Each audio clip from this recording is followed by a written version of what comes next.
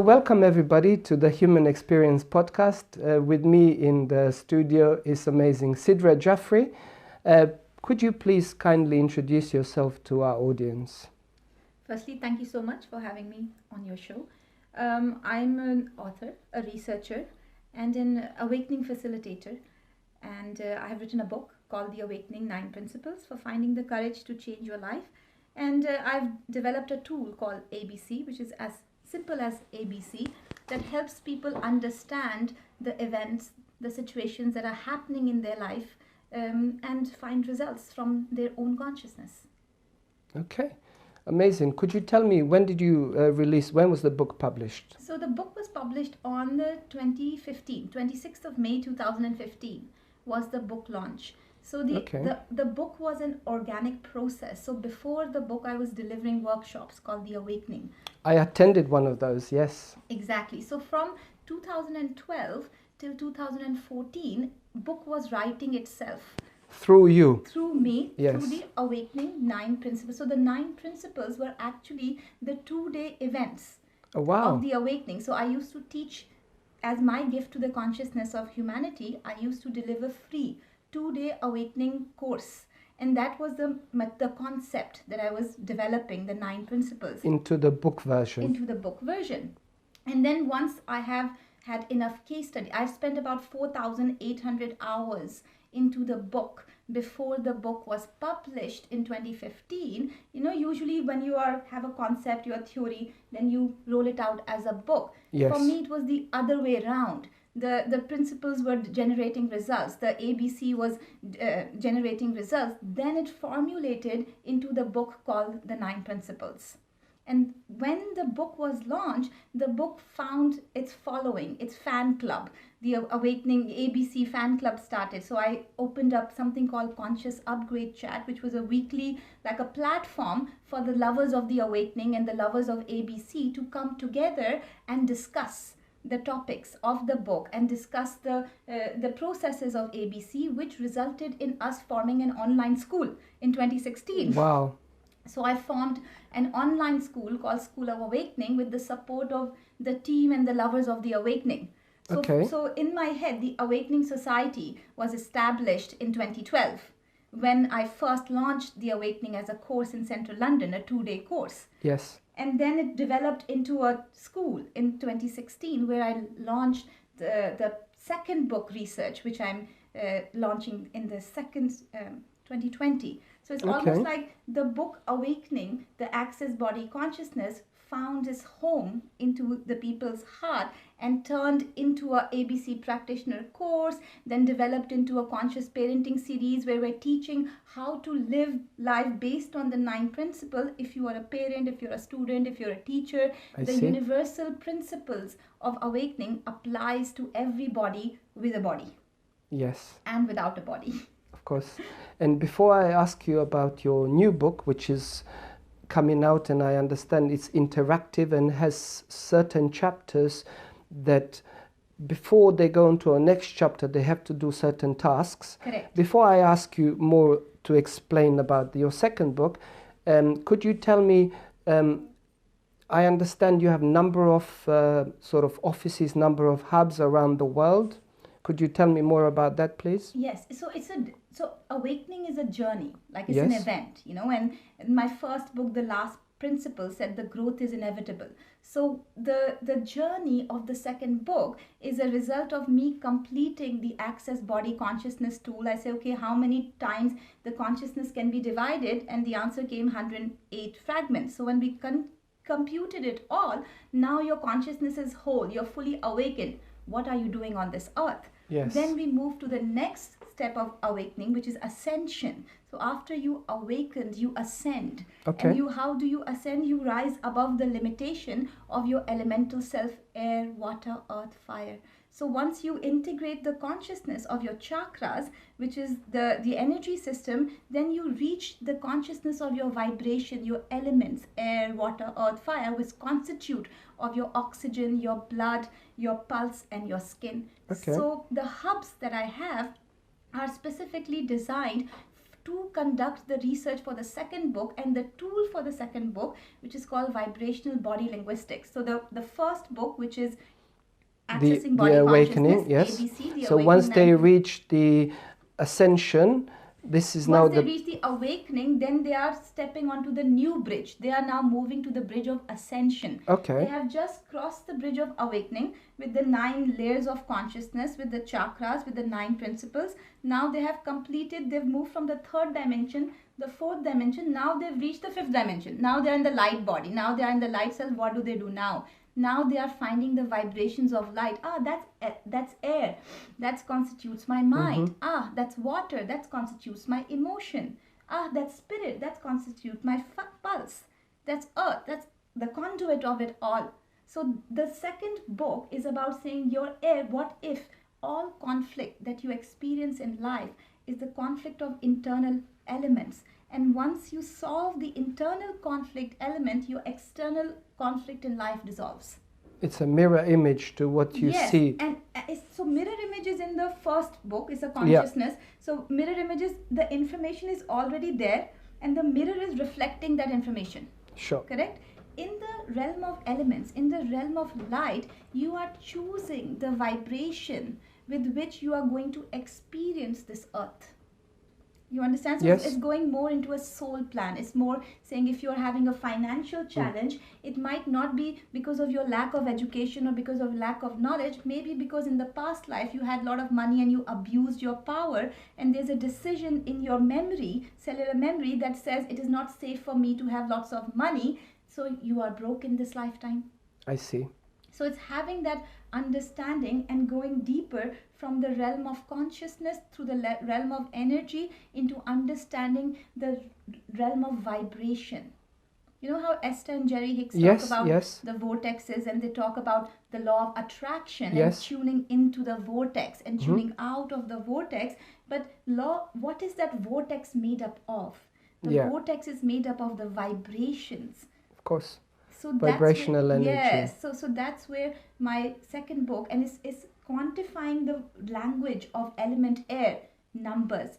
Language of element water is sound. Language of element fire is colors. And the language of element earth is symbols. And then seeing the interaction between those languages and seeing the difference between the meanings. If I may ask you, there was an interesting topic before we started recording about you working with a number of people, children and adults who have suffered from depression, suicide survivors, and I'd like you to tell me a little bit more about that and what you have learned throughout the process. I think there was over 150 cases before you came to certain conclusions. Yes, so when I was training as a clinical hypnotherapist, in order to certify, you have to do a certain number of cases to get certification. So I did 150 cases. I did in depression, suicide, and anxiety. And the more I went into the consciousness of the cases and the stories, the more I was realizing the meaning that the person have put on that event is actually the reason why they are feeling suicidal and depressed. For example, if you're a 6-year-old girl and you are left at school and your mom has forgotten to pick you up, and now you're 36-year-old, you're feeling depressed and upset because you have the abandonment memory lingering in your body. Of course. So it's having that understanding, and then I realized that the more we are and realizing that it's all in the story, the more we can be outside of the story and reframe that meaning and move from victim to victor, from illness to wellness. Because if you think about it, the word ill and the word well has only one difference, from I to we. Correct. From illness to wellness. And what's the transition? What's the bridge, according to my opinion? The bridge between illness to wellness is the bridge of care. Is the bridge of connection, is the bridge of acceptance, is the bridge of respect, is the bridge of evaluation. So I believe once we can start connecting with our depression thought forms and asking those thought forms, where are they coming from? Why are you feeling this way? Instead of saying I'm depressed, instead of saying I'm suicidal, you say a part of me is experiencing suicidal thoughts. You just said it, experiencing. So people might think and they verbalize what they think, but they never really spend time to evaluate what they are experiencing internally. And I have had experience in my life with my clients that people seldom talk about emotions or try to experience them in their own life, and especially in the UK, it's a taboo topic, especially so-called negative emotions. Then it's not taught in schools. Parents have very limited knowledge about teaching children about emotions, or that it's okay to experience negative emotions. Or they don't have the vocabulary to define how they are feeling. Precisely. Because that's, I feel, the biggest challenge that we are facing right now in level of healing is the challenge of language, the challenge of being able to describe how we're feeling without using the words depression, sadness, anxiety. So I think we should start playing taboo. You know the taboo? Of course, yeah. With our feelings. Yep. And we should say to ourselves that if the word depression doesn't exist in my dictionary, how would I describe how I'm feeling? Sure. You know, and that way people can really open up and understand that it's the language that they are using is actually making them feel a certain way. And if you really, really want to create a structural change in your life, then you must change the way you are defining reality and the words you are using to describe that feeling. Otherwise, you cannot talk enough about a problem to get rid of it. Absolutely. You have to start talking about not problems to live in a not problem life. But at the same time, from what I have experienced with my clients, is that they don't like to talk about the emotions or think about it or even do any internal work in solitude at home. Even they know they have all the tasks, they might have read your book, because they feel I'm going to die. This is going to kill me because I have spent 10, 15, 20 years brushing it under the carpet, hiding, which is my inner 5-year-old, which the father didn't attend my play when I was 5-year-old. I feel the sense of abandonment, and I have been living this for 25, 30 years, and if I experience my inner 5-year-old child, I'm gonna die. Or the other option is that if I remove this problem that I've been carrying so preciously for so many years, what will I do with Yeah, my what's life? my identity? Yeah, what am I going to think? I spend so much time thinking bitterness, thinking resent, thinking anger. Now wipe out all of that memory. Who am I? Yes. Yes. Because that's what I invite when I send the invitation out to the awakening. I say, I want to know if you're willing to let go of who you think you are. Absolutely. So you can become who you choose to be or who you truly are. Oh, that's very fascinating. To let go of who you think you are. So the identity of you are your money, you are your job, your profession, your gender, your religion, your parents, your country. Yes. It's really, because if you really think about it, I have been researching a lot into past life, into future life. Yes. And I told you in my first book, I did 4,800 hours. Now, when I say to people I've done 23,000 hours, it feels like too much. But trust me, I'm underplaying myself. Sure. I've literally seen a lot. You know, when you live long enough, you start to see same souls in different bodies. Absolutely. And when you are hacking into people's life long enough, you start to stop differentiating between souls and bodies. Yeah. And you start to see basic patterns. Yes, energetic basic patterns. And then you realize that once you actually open yourself up and snap yourself outside of your parents, of your religion, of your country, and of your own name, then you will really find that zero field that Rumi talks about, that William Hiker, the Oregon field, that zero, that God particle, that every single researcher, every single spiritual scientist or guru is hitting. Even the druggies who are looking for that hit actually are looking to enter that zone of no-thingness. Absolutely. You mentioned gurus and scientists and researchers, but I can tell you that in the last 100 years, even the modern science, the quantum physics, the neuroscience, are confirming everything you have just described, just using slightly different language, because obviously they have hypotheses, so they then put it through certain theories and they come to the same conclusion. So there is an interesting story which relates to what you are talking about, and now the science confirms everything, or well, it's confirmed a long time ago that everything is energy. So if you want to change atoms on an energetical level, you have to change the energy field and the magnetic field. But there is one organ in a human body which emits most powerful electromagnetic energy, which is our heart. Correct. And now the scientists have confirmed that our heart almost like has its own brain beyond the brain which is in our head. So the brain emits certain level of energetic sort of vibration, but the heart is got 100 times stronger energy field.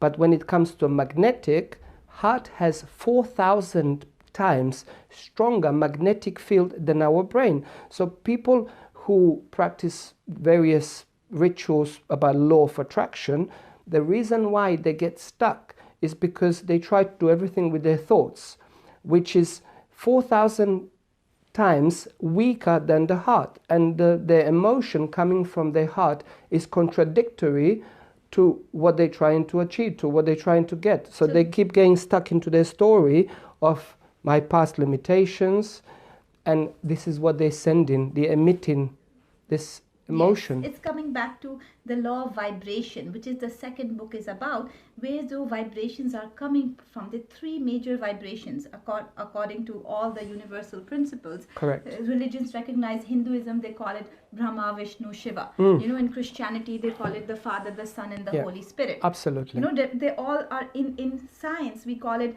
the parent consciousness, the adult consciousness, the inner child consciousness. All talk about the same topic, just different terminology. Exactly. For me, it's mercy, it's grace, and it's sovereignty. So it's a vibration of mercy, which is divine masculine. It's a vibration of grace, which is divine feminine. And it's a vibration of sovereignty, which is your God self. So the theory or the hypothesis that I'm promoting, that the three vibration, the three gods, or the three, superior lights are not outside of you. Your body is actually made up of these three vibrations, where your right side of the body, because I see only colors, I hardly see human bodies. Sure. So the right side of the body is divine masculine side of the body, and the color You got a gold. subtle system, invisible subtle system. Yes, so it's gold. The left side of the body is the divine feminine side of the body, and it's blue. And in the central, exactly what you said, the heart center, in the center of your heart is an emerald green. It's an emerald green light which comes as a nucleus fusion between the perfect radiation of gold and the perfect radiation of blue, and the green comes out. And depending on what information is stored in that energy circuit, that dictates your vital organs, illness and wellness, and your mental, emotional and spiritual state. Incredible. Now, you mentioned at the beginning of our conversation, before the recording, that you also do energy healing and you have been practicing for a number of years. Could you tell me more about that, please? Yes. So coming from the earlier conversation, that energy timeline. So since I have been introduced to the world of energetics, and it's kind of an organic step, we say when the student is ready, the teacher appears. Absolutely. So after my suicidal attempts and not being really understanding why I'm feeling so anxious, even though sometimes on the surface your life looks good, it's like a picture perfect life, but lights are on and there's nobody home. Sure. So when I started searching inside, that's when I started finding memories of my ancestors. I found myself, because I come from a religious background where I'm not supposed to believe in reincarnation. I'm not supposed to believe in life after this, in this form. After this form, yes. But when I got introduced to the world of energy, and as a hypnotherapist, I started developing practices, techniques, scripts, and somehow one of my clients, she was in clinical depression, and I was just using the process ABC, and she somehow found herself in a memory where she's at war and she's dying, and all her troops are dead, and she felt the same memory of depression, the same energy, and we cleared it. And she came out and she was a completely different person.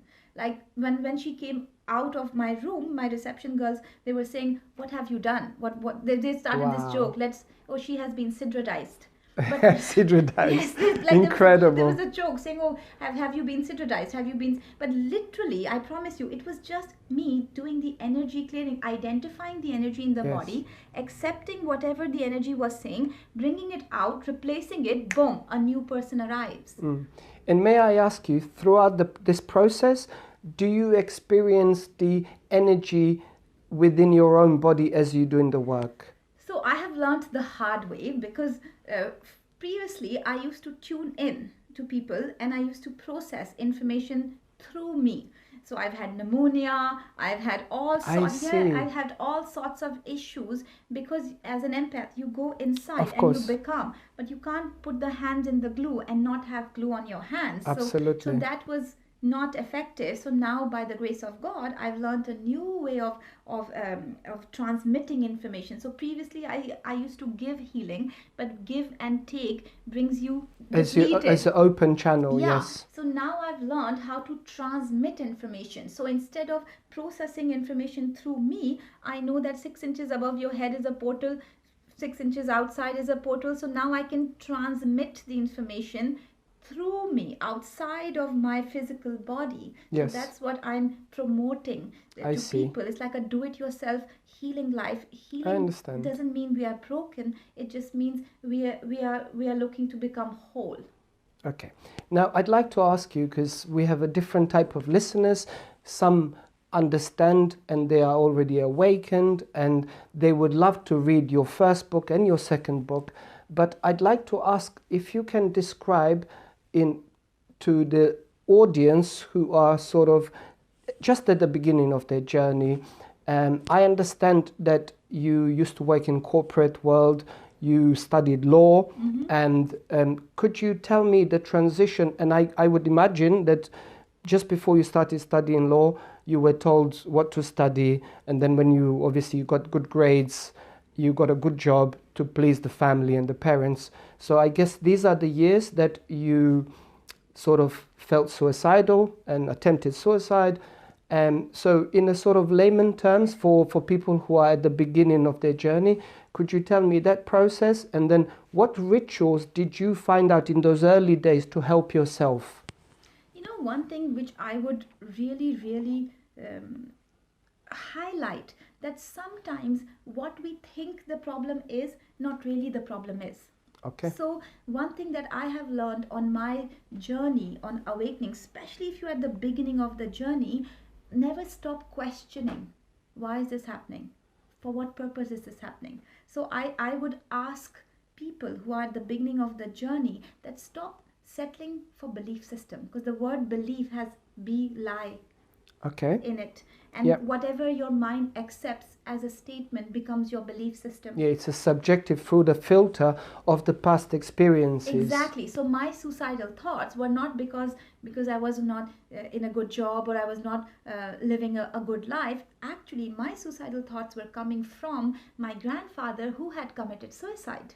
Oh wow. Okay. And in the family matrix, dormant upon nobody talked about it, so we didn't know. It's only when I started researching and I started questioning myself, so why am I feeling the way I'm feeling? Yes, why am I, what is the reason? Because I have realized any emotion that you can't justify, any emotion that you can't rationalize, is not yours.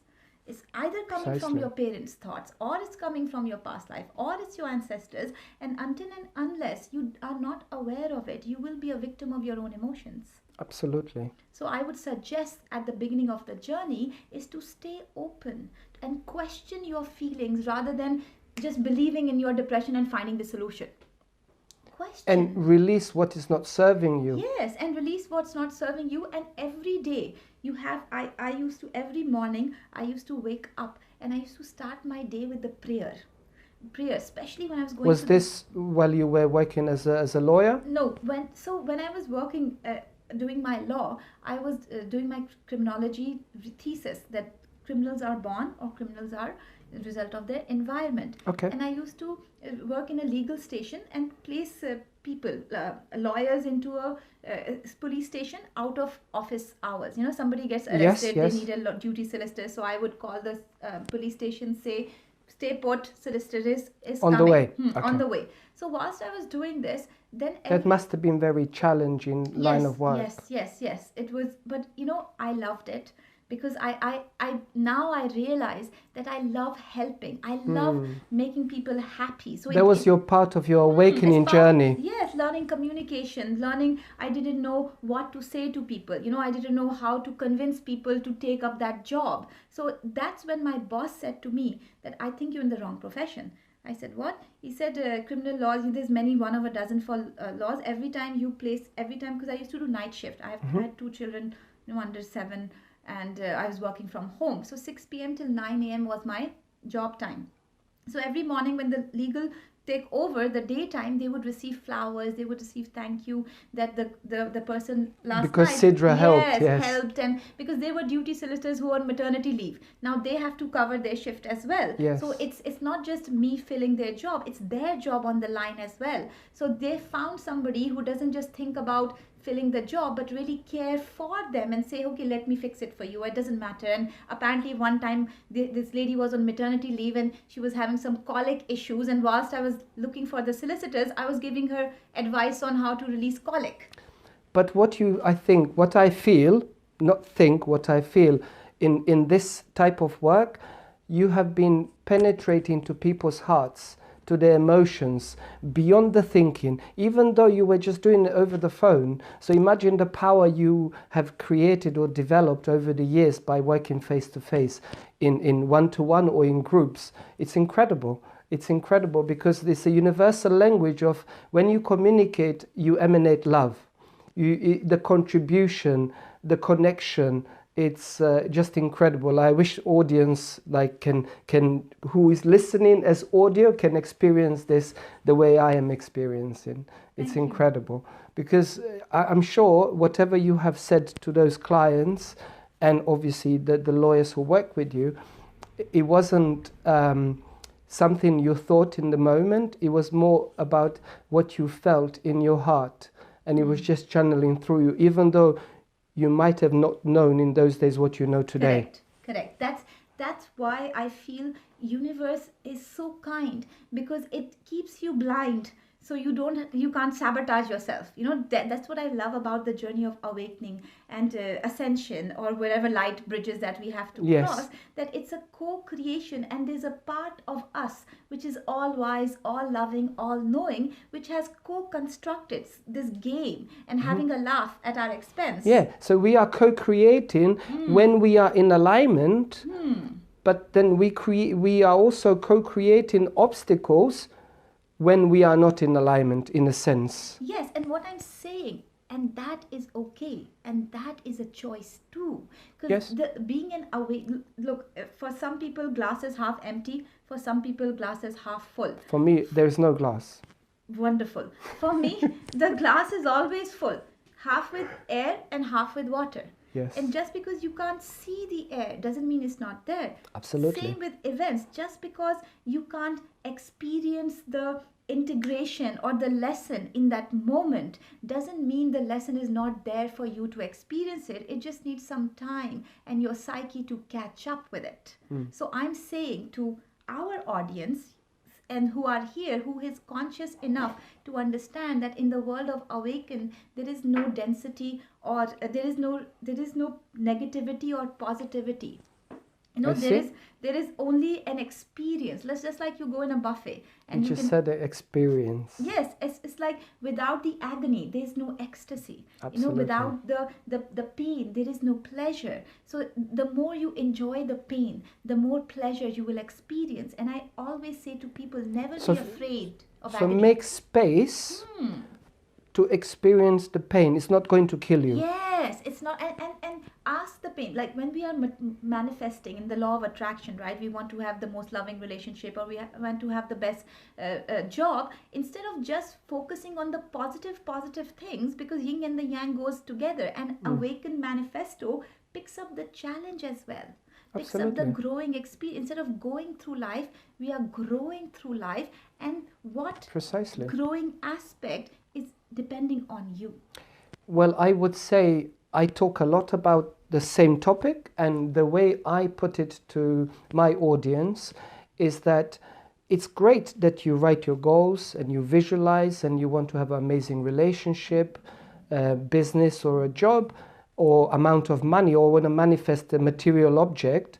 But if you do not go through process of internal work and internal growth, so rather than saying I want to have an ideal partner, that's amazing. You can describe the features of your ideal partner, what they do for a living, and what kind of relationship you like to have. And then you go and write down how you are willing to grow in order to, you understand, there is a bridge between what you need to do as To an be that individual person. so you actually grow into that person for that business, for that relationship, for that job, rather than just visualizing and sitting under the tree and meditating for 3 hours a day. Correct. For me, there's a little bit of distinction here.